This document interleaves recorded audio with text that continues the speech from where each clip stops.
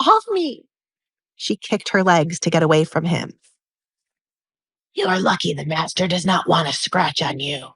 But from the look of your face, he is already too late. Rowan grinned, pinning her down to the ground by holding down her hands. Get off! Alessandra continued to kick at him as she tried her best to wiggle her hands from out of his grasp. Good, you got her. Desmond hunched over, panting. He was too old to be chasing after anyone. Hurry up and take her. I will send her things to you in one of my carriages. Why did you have to make things difficult for yourself, Alessandra? James, find her mask. My mask? Alessandra stopped struggling when reality hit her. Everyone could see her face. Take me back inside now. I am going to marry the Duke, she yelled, continuing to put up a fight against the man pinning her down. I told you there is another man for you. Do not make me have to, Alessandra. I have refrained from being that kind of man for a long time. When? Alessandra interrupted her father. I saw it with my own eyes when you did it to my mother. Stop trying to act like a good man. This is a nice family moment, but my master is waiting for her, Rowan said. He roughly pushed Alessandra's hands together, creating bruises on her skin from moving her hands against the small stones on the ground.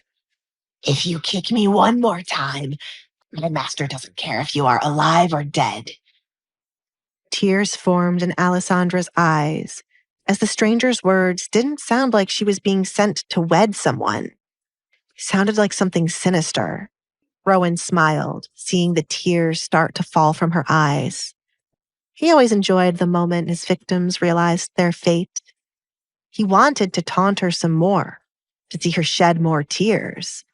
But he needed to leave quickly to avoid being seen by anyone else. She had already made too much noise with her screaming.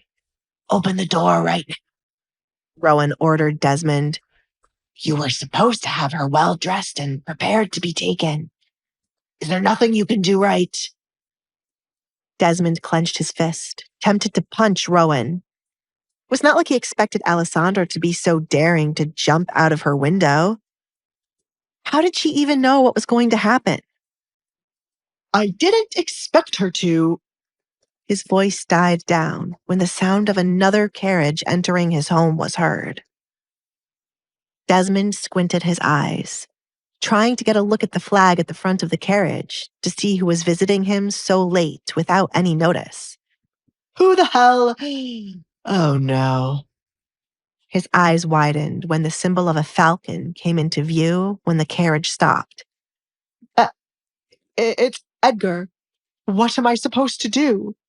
He looked to Rowan for help. Why are you looking at me for answers? Rowan asked while releasing Alessandra. He was not here to create any problems with the Duke. You are her father. You get the final say in who she marries. Do it quickly. That is easier said than done. Edgar was not meant to come for Alessandra until tomorrow morning. So why was he here now? Had he been watching their house this entire time? Desmond gulped, watching the carriage door slowly open and Edgar step outside. Edgar's eyes were fixated on Alessandra. Duke Edgar, what brings you here at this time? Edgar ignored Desmond for now. He approached Alessandra, stooping down to check her condition. Her hands covered her face, probably to hide it from him. There were scratches along her arm. Her dress was dirty, and she was not even wearing shoes. Come with me, Alessandra. He gently placed his hands under her thighs and back to lift her up. Desmond took a step back, pointing at Edgar to stop him. Where do you think you're taking her? She is to marry someone else. Edgar took Alessandra back to his carriage, carefully placing her in the seat in case she had injuries he could not see. How are you here? Alessandra questioned. She found his timing to be weird. How did he know she was desperately wishing for him to arrive? You rejected the first ring I brought to you. There is a skilled man in your neighborhood I had making the new one. I was on my way back from collecting it when I saw the commotion in front of your home. Good girl. Edgar ran his hand through a strand of her hair to remove pieces of grass. It seemed like she was running towards the gates to escape. Had she not done this, when he was passing by, Edgar would not have seen anything odd and kept going home.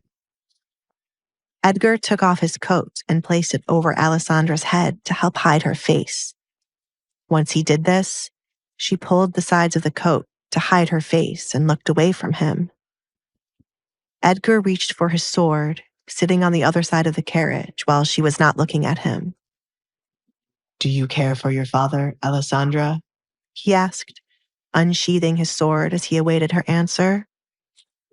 It sounded like an innocent question, but Alessandra knew what he was implying. If she said no, then her father would not live another day. If you harm my father, the town guards will question you. You are to be my wife, Alessandra. No one, not even the king himself, could disrespect you and get away with it while I am still alive. Tell me your answer. Do you care for him? Edgar gripped his sword tighter, ready to kill both men for what they had done to her. I do not, Alessandra replied. Hey, I'm Alessandra. If you're wondering what happens next, download the Pocket FM app now and listen to the exciting episodes of The Duke's Masked Bride.